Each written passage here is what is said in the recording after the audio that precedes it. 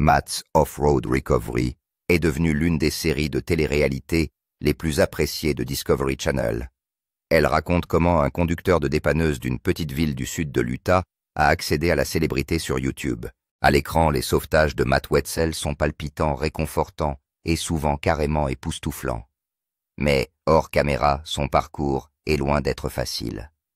Derrière les vidéos virales et les sauvetages audacieux se cache une histoire marquée par la trahison, les poursuites judiciaires et des batailles dont la plupart des fans ne soupçonnaient pas l'existence. Tout a commencé en 2019, avec rien de plus qu'un iPhone et une idée. Matt, un chauffeur de dépanneuse robuste et barbu de Hurricane dans l'Utah, a commencé à filmer ses dépannages quotidiens, qu'il s'agisse de joints à rotules cassés ou de véhicules bloqués au fin fond du désert. Son charme était simple, pas de scénario, pas de production à gros budget, juste du courage, des compétences et une équipe qui se sentait comme une famille. En l'espace de 3 ans et demi, Matt's Off-Road Recovery est devenu un phénomène national avec près de 1,5 million d'abonnés et une progression rapide. Chaque vidéo est devenue un mélange de suspense, d'ingéniosité et de travail d'équipe bienfaisant. Une formule qui a attiré des téléspectateurs de tous les coins du pays. Ce qui rend l'histoire de Matt si remarquable, c'est qu'il n'a pas attendu les conditions idéales pour commencer, alors que d'autres économisaient pour s'équiper de matériel coûteux. Matt a appuyé sur la touche enregistrement de son téléphone et a laissé son travail parler de lui-même. Cet acte de foi a fait d'un opérateur de remorquage d'une petite ville l'une des personnalités les plus regardées sur YouTube. Mais à mesure que sa renommée grandit, les défis se multiplient.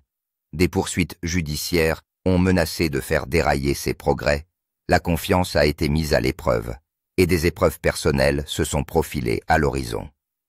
Malgré tout, Matt a continué à se montrer, à treuiller, à remorquer et à sauver les véhicules et ses propres rêves du bord du gouffre. Aujourd'hui, Matt's Off-Road Recovery n'est pas seulement une émission, c'est une série d'aventures à couper le souffle ancrées dans le courage et la détermination. Chaque épisode illustre les enjeux de la vie sur la piste et l'esprit inébranlable d'un homme qui refuse d'abandonner. Dans l'émission, Matt révèle souvent les récupérations à main nue que lui et l'équipe ont vécues. Son équipe, composée de sa femme Jamie, de leurs 4 fils et d'un certain Ed, a toujours constitué un groupe intéressant. Peu à peu, l'équipe s'est agrandie et a été rejointe par un groupe de plus en plus nombreux de personnages compétents et sympathiques. Plus tard, 3 chiens ont été ajoutés, qui sont tous des sauvetages sur la chaîne. Ils ont appelé les 2 border collies Lady et Peanut, et le 3e chien, un labrador chocolat, a été nommé Max. Sur la chaîne, les chiens ont toujours été vus heureux et joyeux, certains les qualifiant souvent de chiens les plus heureux du monde, notamment en raison de la façon dont ils courent dans les paysages naturels sans aucun soin. Mais ce n'est pas tout. La chaîne fait également participer les téléspectateurs à diverses récupérations d'automobiles et de véhicules tout-terrain.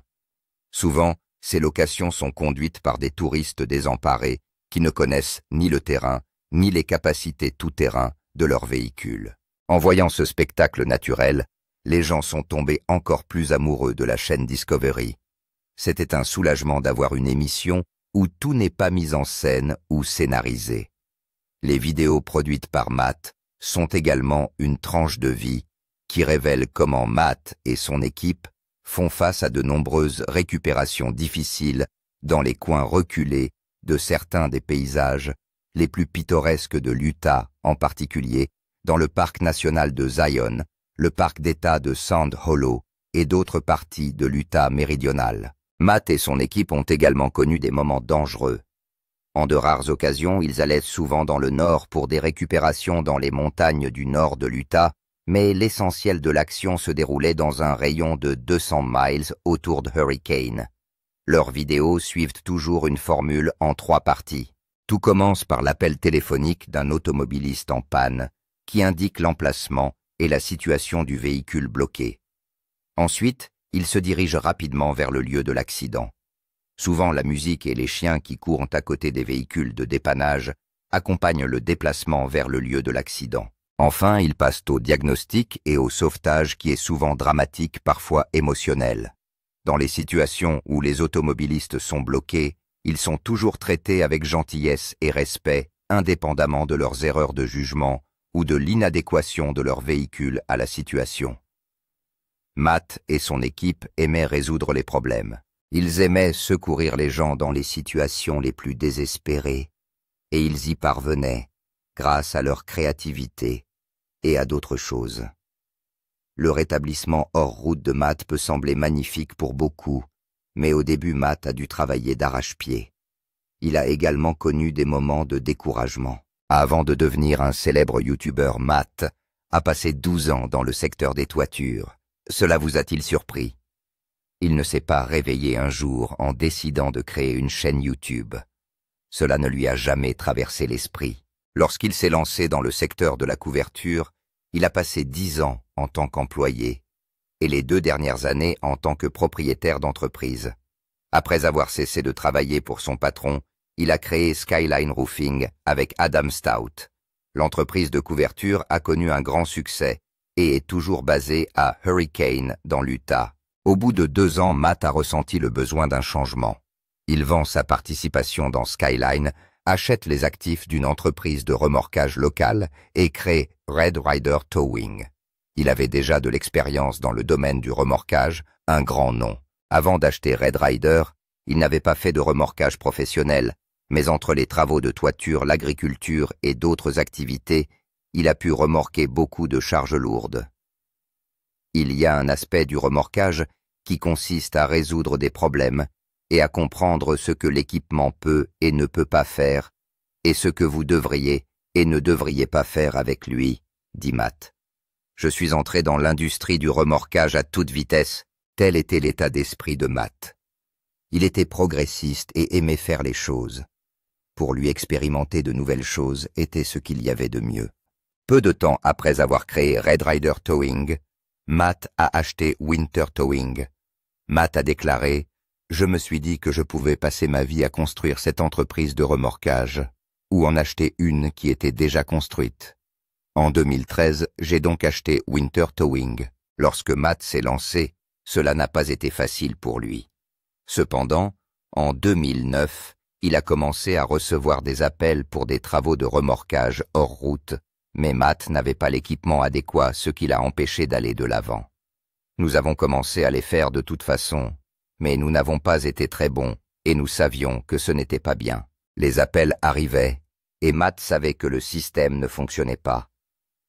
Par exemple, au mois d'août, alors qu'il fait 40 degrés, 2 étudiants se rendent à la plage de Sand Hollow au volant de leur voiture et se retrouvent coincés.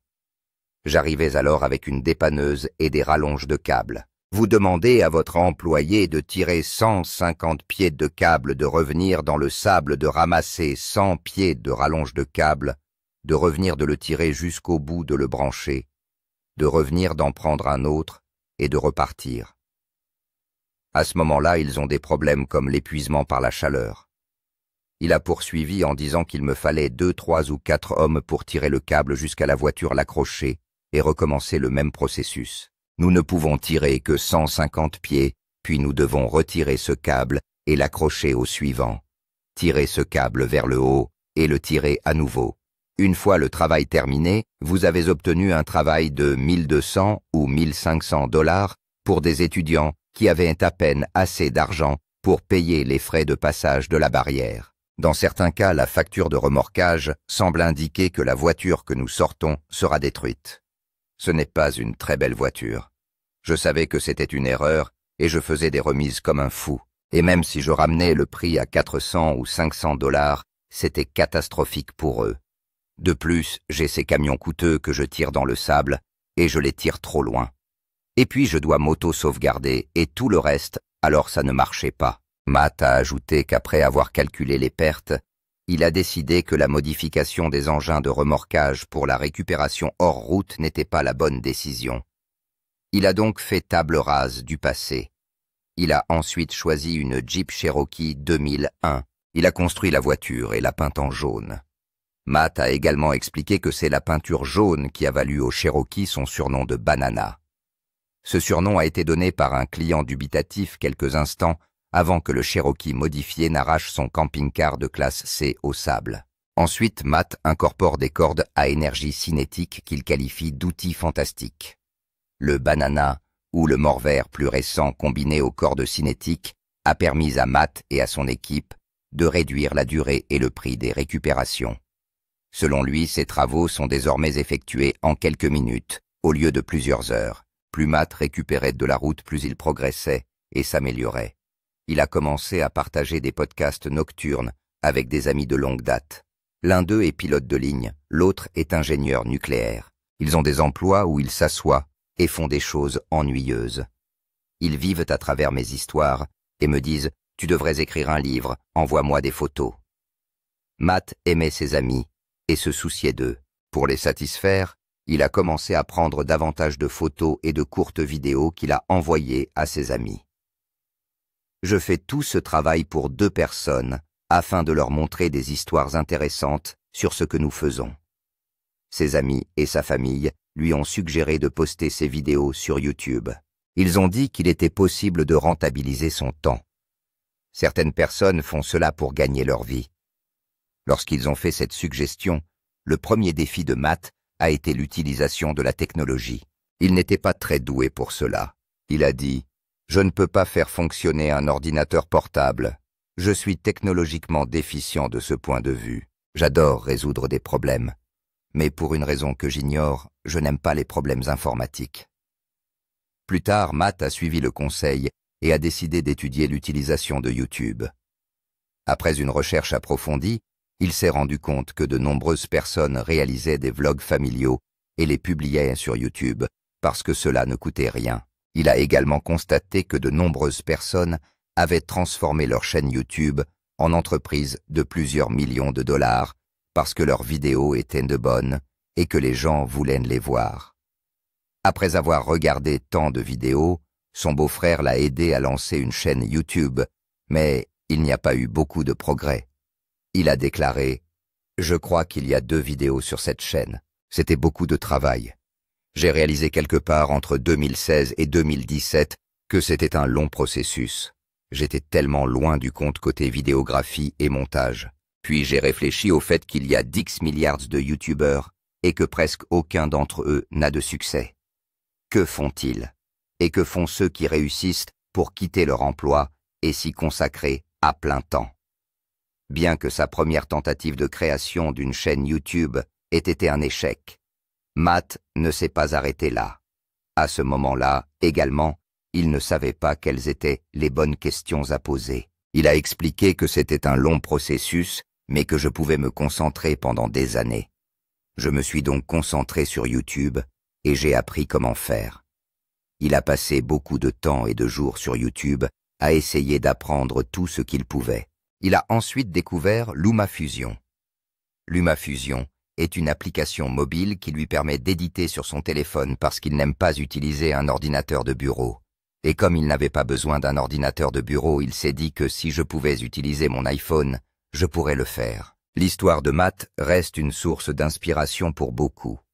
Il a été capable d'apprendre tant de choses en partant de zéro sans aucune aide. Matt a également raconté qu'il avait appris à utiliser YouTube à partir de YouTube. Il y a des YouTubeurs comme Nick Nimin qui expliquent comment créer des chaînes YouTube, comment faire les bonnes choses et ne pas faire les mauvaises. Tout le monde a naturellement tendance à faire ce qu'il ne faut pas faire sur YouTube. L'une de ces choses est de s'abonner et de partager. Ne faites jamais cela. C'est ennuyeux. Peu à peu, Matt a commencé à apprécier l'utilisation de YouTube. Après avoir gagné en popularité et en célébrité, il a pu rencontrer de vrais YouTubeurs et des gens du secteur qui lui ont dit qu'ils l'utilisaient comme exemple. De nombreuses personnes l'ont abordé pour lui raconter comment elles pensaient devoir commencer à faire du YouTubing avant d'avoir des centaines de milliers de dollars de matériel de prise de vue, un studio et d'autres gadgets. Mais après avoir entendu son histoire, ils ont fait un pas audacieux et ont commencé avec tout ce qu'ils avaient.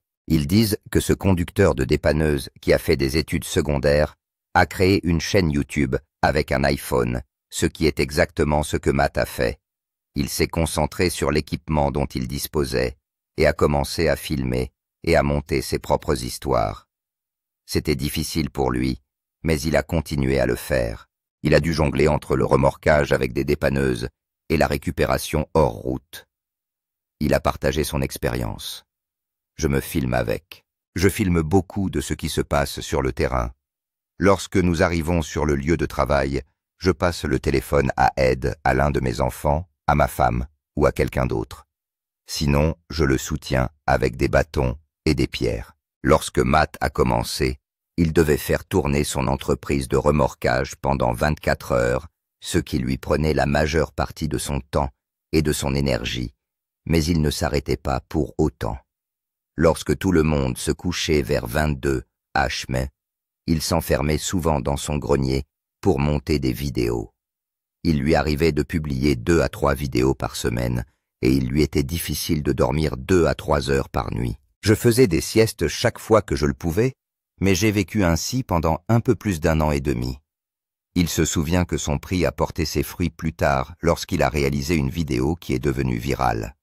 Cela s'est passé en l'espace de 6 à 8 mois. Il nous a dit qu'à ce moment-là, nous avions des vidéos assez virales, des vidéos avec plus d'1 million de vues. Vous savez, quand vous commencez vos vidéos, ne sont visionnées que quelques milliers de fois, mais les nôtres ont commencé à croître rapidement et à obtenir 10 000 vues sur chaque vidéo, puis 20 000. Et maintenant, nous avons cette vidéo qui a atteint 1 million de vues. Nous avons eu 2 bonnes vidéos d'affilée. Cette popularité a suscité de nombreuses questions. Après avoir constaté les progrès accomplis, Matt a commencé à se poser d'autres questions. L'une des questions qu'il se posait le plus souvent était la suivante. Qu'est-ce qui fait une bonne vidéo et qu'est-ce qui fait une mauvaise vidéo? Il se demandait souvent pourquoi telle vidéo était performante et pourquoi telle autre ne l'était pas. En apprenant cela, il a décidé qu'il allait lancer cette chaîne de la meilleure façon possible. Il a déclaré « J'en avais envie. Je savais que je pouvais en faire une entreprise et la monétiser. » C'est dans cette optique qu'il a rencontré Daryl Eves et que leur rencontre l'a transformé. Rencontre avec Daryl Eves. La rencontre entre Daryl Eves et Matt a été une bénédiction. Matt nous a raconté qu'au cours de son dilemme concernant le lancement de sa chaîne YouTube, il n'a cessé d'entendre le nom de Daryl Eves. Plus il entendait ce nom, plus il s'y intéressait. Plus tard, il a découvert que Daryl était le fondateur de VidSummit. Après avoir entendu cela, il est devenu curieux. Les gens disaient à Matt qu'il vivait dans votre ville. Et Matt répondait « Qui est ce type ?» Et il disait « Oh, vous savez, il est lié à Monsieur Beast et à tous les autres youtubeurs à succès auxquels Matt pouvait penser. » Beast et tous les autres youtubeurs à succès auxquels Matt pouvait penser. Le nom de Daryl étant sur toutes les lèvres, Matt a pris une initiative audacieuse en obtenant son numéro auprès d'un ami. Il appela et fut surpris de voir Daryl répondre au téléphone. Il fut encore plus surpris qu'il réponde à l'appel d'un numéro inconnu. Immédiatement, Daryl a pris son appel. Matt m'a dit « Hey, j'ai cette petite chaîne YouTube. J'ai l'impression qu'elle marche plutôt bien, mais j'ai l'impression d'être dans une impasse. Je ne sais pas comment l'améliorer. J'aimerais vous engager. » Après avoir écouté Matt, Daryl a donné une réponse qui a choqué Matt. Daryl lui répond que non, nous ne faisons pas de cours particuliers, mais j'ai un cours à venir que tu peux suivre. C'est 5 000 $. Pour Matt, c'est une somme ridicule. Pour une chaîne YouTube en devenir, ce n'était pas le genre de montant qu'il voulait payer, alors qu'il pensait être dans une autre impasse. Daryl lui a posé une question. « Attends, quel est le nom de ta chaîne ? Attends, quel est le nom de ta chaîne ? Si j'ai 1 minute, je vais peut-être y jeter un coup d'œil. » Matt lui répond qu'il s'agit de la récupération hors route de Matt et raccroche. 20 minutes plus tard, Matt a reçu un message de Daryl. « Hé, il faut qu'on aille déjeuner. » Le déjeuner a tout changé. Lorsqu'ils se sont rencontrés à la surprise de Matt, Daryl a dit qu'il aimait sa chaîne. Selon lui, la ténacité et le travail acharné de Matt l'ont fait tomber amoureux de la chaîne. Puis il a demandé « Qui fait votre montage ?» Matt a répondu « Je le fais. » Daryl a répondu « Bon sang, il faut arrêter ça. Il faut te trouver un rédacteur parce que tu devrais être en train de créer du contenu. C'est votre rédacteur en chef qui devrait l'éditer et le mettre en ligne. » Daryl l'a mise en ligne. Si vous êtes sérieux que vous voulez faire cela et que vous voulez un partenaire qui puisse vous aider, nous pouvons nous associer. Les deux ont fini par trouver un accord. Lorsqu'ils ont commencé à parler, Matt a fait part à Daryl des nombreux défis qu'il avait dû relever. Il m'a dit « Tu dois comprendre le chaos qui régnait avant tout ça parce que je ne connaissais rien à l'informatique. Nous perdions des images. L'audio ne fonctionnait pas toujours. C'était le chaos. » Après avoir dit tout cela, Daryl s'est rendu compte que Matt avait besoin de plus de leçons. Il lui a recommandé son cours Jumpstart et Matt l'a suivi. Pendant les cours, Daryl a enseigné aux utilisateurs de YouTube comment utiliser YouTube et créer du contenu que les gens voudraient regarder. Matt a également expliqué qu'il aimait YouTube parce qu'il le voyait comme un puzzle. Selon lui, si vous ne parvenez pas à maintenir l'attention du public, il passera à autre chose. Tout le monde cherche la chose la moins ennuyeuse à regarder. Il ne se soucie pas de l'effort que vous y mettez ou de son caractère artistique. Ils veulent juste savoir si cela les aide à se sentir mieux, si c'est captivant, s'ils peuvent s'y identifier, et si le temps passé à le regarder en vaut la peine. J'adore cet aspect de YouTube. La présence de Daryl dans la carrière de Matt a été une véritable bénédiction, et grâce à son aide, la chaîne a enregistré davantage de vues. Peu à peu, YouTube a reconnu Matt et a commencé à payer la récupération tout-terrain de Matt avec AdSense de Google. L'entreprise a également pu obtenir de nombreux parrainages, partenariats, d'affiliations et marchandises. Il a déclaré « Nous nous sommes attaqués à certains marchés mondiaux. J'ai ma propre série de cordes d'énergie cinétique. Chaque année, nous écrasons le marché mondial des cordes cinétiques en nylon. Nous avons un magasin dans notre casse. Les ventes au comptoir sont de loin plus importantes que celles de ma société de remorquage. » Matt a également révélé qu'il ne filme plus lui-même. Maintenant, ce sont les employés de l'entreprise qui filment. Cependant, lorsqu'il en a envie, il continue à filmer. Il dit que si je fais du vlogging, le public semble l'apprécier. Ensuite, nous téléchargeons les séquences vidéo sur Google Drive où elles sont attribuées à l'un de nos 4 rédacteurs. De plus, depuis qu'il a commencé à travailler en partenariat avec Matt, il ne s'occupe plus du montage. Daryl s'occupe de la plupart des montages, et cela lui prend un peu de temps, parce qu'il regarde toujours les vidéos pendant le processus de montage, et dit « Maintenant, enlève ceci et mets cela ». Après avoir connu un énorme succès, Matt a été contacté à de nombreuses reprises par diverses chaînes YouTube pour passer à l'étape suivante. La chaîne Discovery et la chaîne History l'ont repéré, mais il a continué à refuser parce qu'il voulait garder le contrôle de la création. Il croyait tellement à la maîtrise de la narration et à l'orientation de la série dans la direction qu'il souhaitait. Je pense que suivre la direction que nous avons prise, mais en la gérant mieux, est la bonne façon de procéder, déclare Matt. En outre, Matt et son équipe envisagent de placer leur contenu sur une plateforme plus personnalisée similaire à Patreon, où les spectateurs paient pour accéder à un contenu qui les relie à un niveau plus personnel. Mais depuis longtemps, des rapports indiquent que Matt est en train de reconsidérer sa décision. Les dossiers révèlent que Matt a un très grand cœur et il l'a également admis. Le plus grand reproche que Jamie me fait, c'est que je préfère faire du travail gratuitement. Pendant toute la durée de notre mariage, elle me demandait toujours « As-tu perçu cela ?» Et parfois je marmonnais à voix basse. Eh bien non.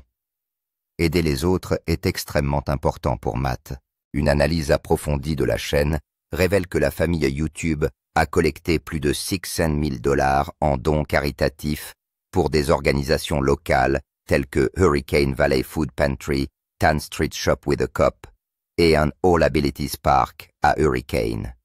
Pendant très longtemps, il a également pu participer à de nombreuses collectes de fonds pour des groupes de récupération de véhicules tout-terrain. Leur seul objectif est d'améliorer et de protéger les terres pour le wheeling et d'autres activités de récupération hors route. Outre Doral Head est également une personne importante dans la réussite de Matt. Il est également l'une des vedettes du rétablissement hors route de Matt. Ils ont commencé par être amis. Ed a aujourd'hui 85 ans et ses loisirs vont du parachutisme à la prospection d'or sur sa concession en Californie. Avant de devenir des stars, Matt et Ed se sont rencontrés dans son magasin en 2009.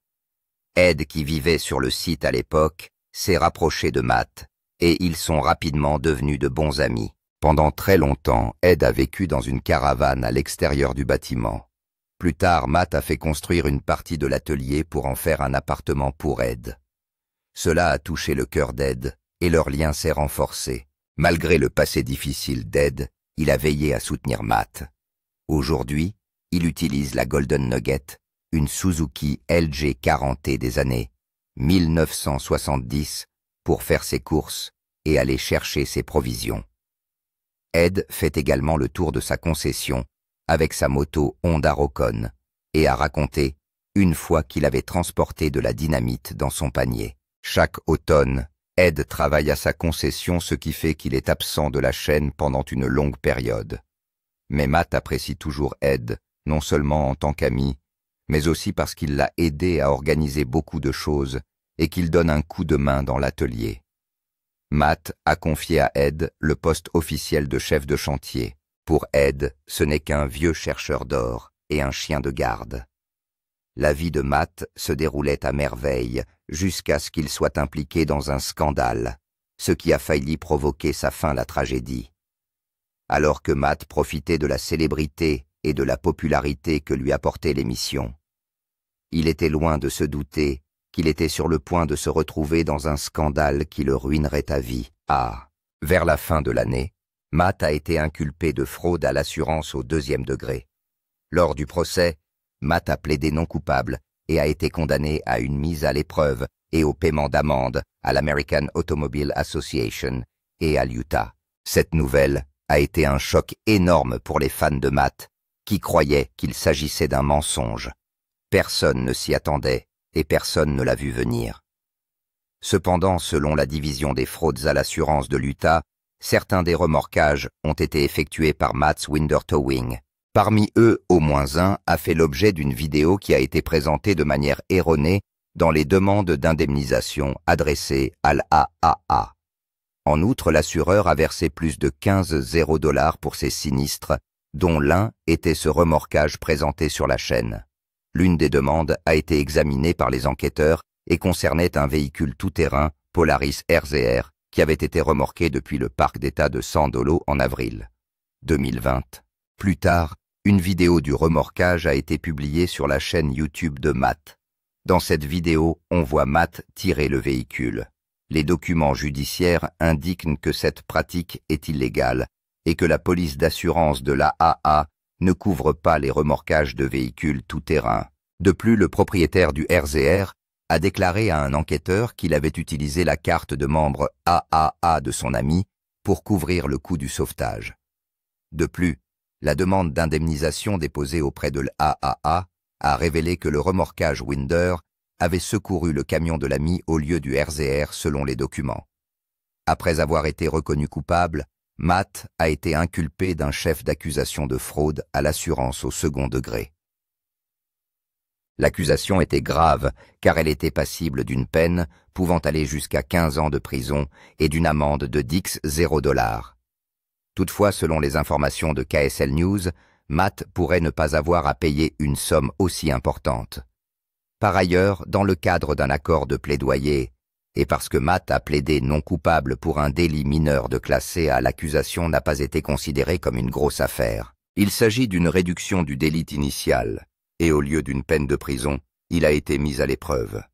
Selon KSL News, le juge du 5e district, Jeffrey Wilcox, a ordonné à Wetzel d'effectuer 18 mois de mise à l'épreuve et de payer des amendes dont un 5 328 $ à PAA et un 745 $ à la division des fraudes à l'assurance de l'Utah. Bien que l'affaire ait été féroce, la chaîne ne s'est pas arrêtée. À un moment donné, on n'a jamais eu l'impression que la chaîne YouTube faisait l'objet d'un procès. Matt et les autres membres de l'équipe ont conservé leur professionnalisme et ont continué à publier du contenu tout au long de l'affaire. L'un de leurs fans a déclaré « J'ai même aperçu le mort-vert en train de rouler au King of the Hammers le mois dernier ». En fin de compte, les deux parties de l'affaire semblent satisfaites du résultat. Le bureau du procureur général de l'Utah estime que justice a été rendue, puisque Matt devra rembourser TAA. Entre-temps, Matt a l'intention de poursuivre ses services de récupération hors route dans la région et de demander une levée anticipée de la mise à l'épreuve. Que pensez-vous du scandale de Matt? Êtes-vous déçu après avoir découvert cela? Pensez-vous qu'il méritait ce qui lui est arrivé? Laissez vos pensées dans les commentaires. Si vous avez aimé cette vidéo, aimez, partagez et abonnez-vous à cette chaîne. Avant de partir, regardez les autres vidéos affichées sur votre écran.